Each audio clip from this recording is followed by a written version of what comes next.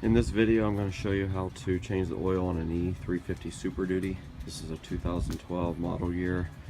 I think the E450 is the same. This is a gas engine. This particular one's a V10, but I believe they're all the same.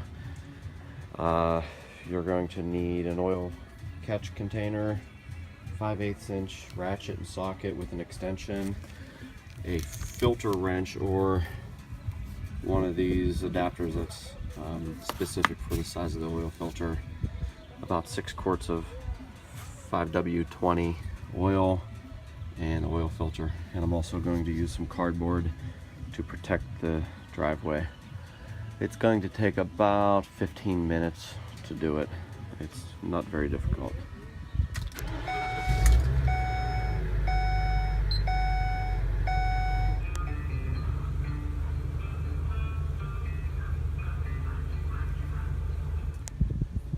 After the engine's warmed up, pop the hood and just take off the oil cap.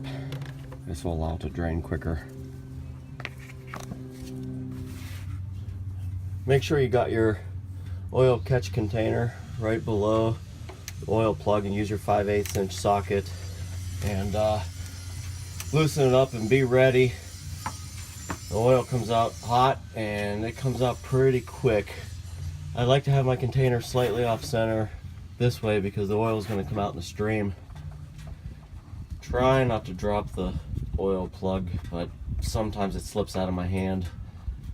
I unloosen it right until I feel that it's getting ready to, it's completely off, and I hold it on there and then I pull back away pretty quick. So I'm going to keep loosening it here. Alright, I can feel it's done. And I just pull away.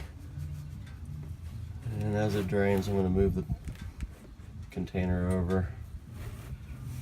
Alright, once it gets down to a drip, I'm going to say it's close enough.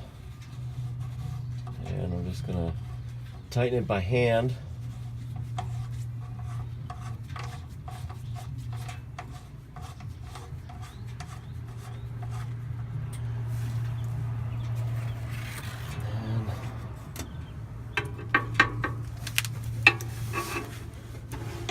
And I'm just going to make sure it's tight. I mean, I'm not going to go crazy on this, making sure it's super tight. Just a little tight's good enough.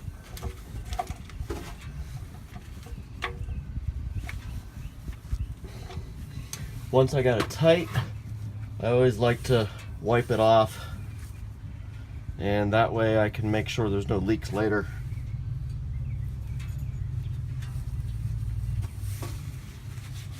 And get all the oil off, and then if I see anything on there later, I know it's not quite tight enough.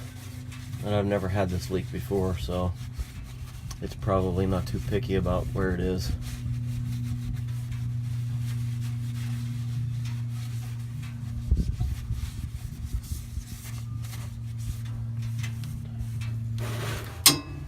When you remove the oil filter, make sure you've got all your tools ready to go.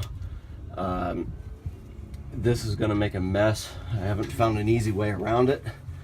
Make sure you have your oil filter ready, your new one. So you only have to go under here once. I loosen it until I start to see the oil flowing down, and then as soon as I do that, I start doing it by hand, and it's just going to go everywhere, unfortunately. And I let it drain a little bit until it slows.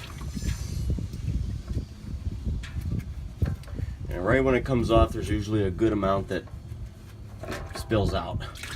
And dump all the oil out of the filter into your catch container.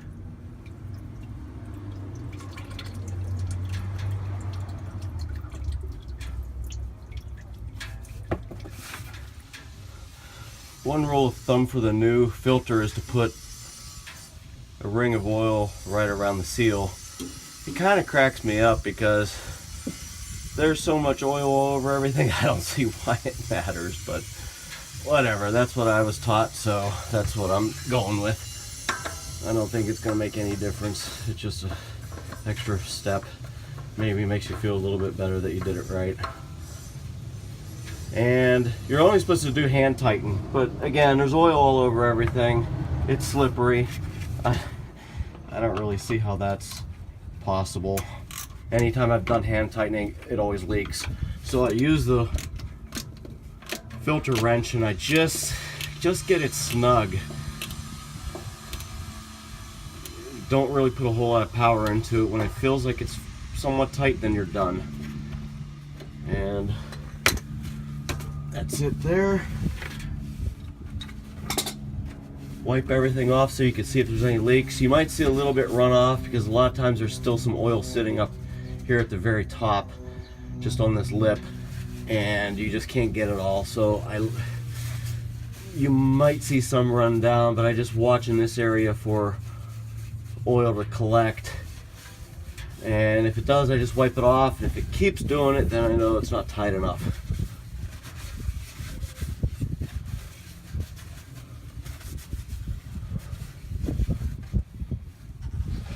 I put my oil in a container like this and take it to Pep Boys or something similar, and they take it for free. Make sure your container that you use is for oil. This one says recycle oil on it. If you don't, it could eat right through it. Don't use any other plastic containers. Get something that's made for oil. I change the oil every 7,500 miles. I use Mobil 1 5W20. And I put 5 quarts in immediately, because I know it's going to take more than 5 quarts, but not quite 6. So I just dump 5 in right out of the gate. Once I get the 5 quarts in, I'm going to go ahead and start the engine, and I'm going to watch the oil pressure indicator. And you're going to see it's going to be no oil pressure initially. After it runs for a few seconds, you'll see it pop up.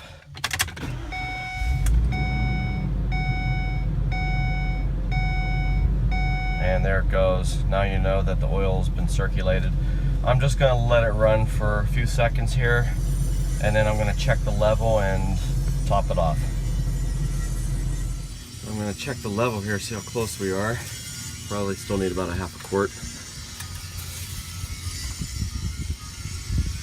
And it's not even nearly showing up on the dipstick, just at the very bottom. So I'm going to put about 1/3 or a half a quart in. It usually takes about 5.5.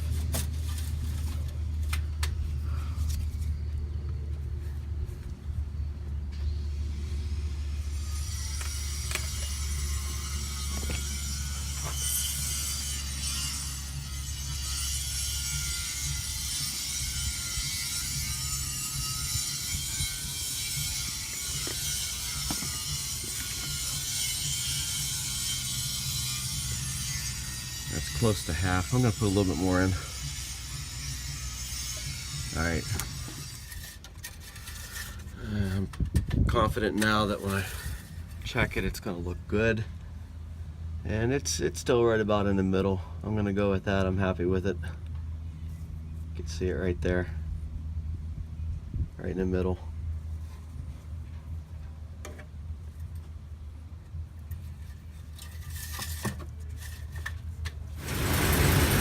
Once I'm done filling it, I go ahead and start it up and I watch for leaks. I let it run for several minutes. I just check the drain plug here. That's going to show you a leak pretty much right away.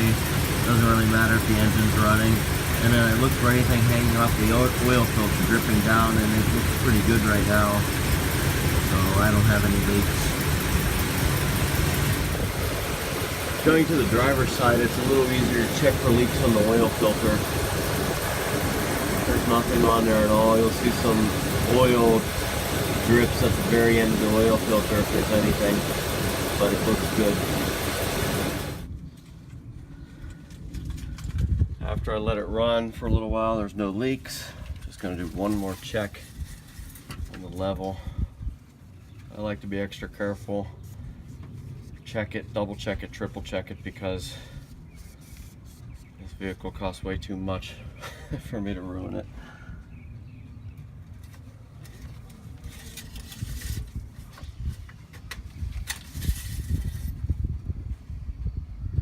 And now when I look at the level, I can see it's right in the middle, right there. So I'm good. I also like to check the air filter at the same time as I do the oil.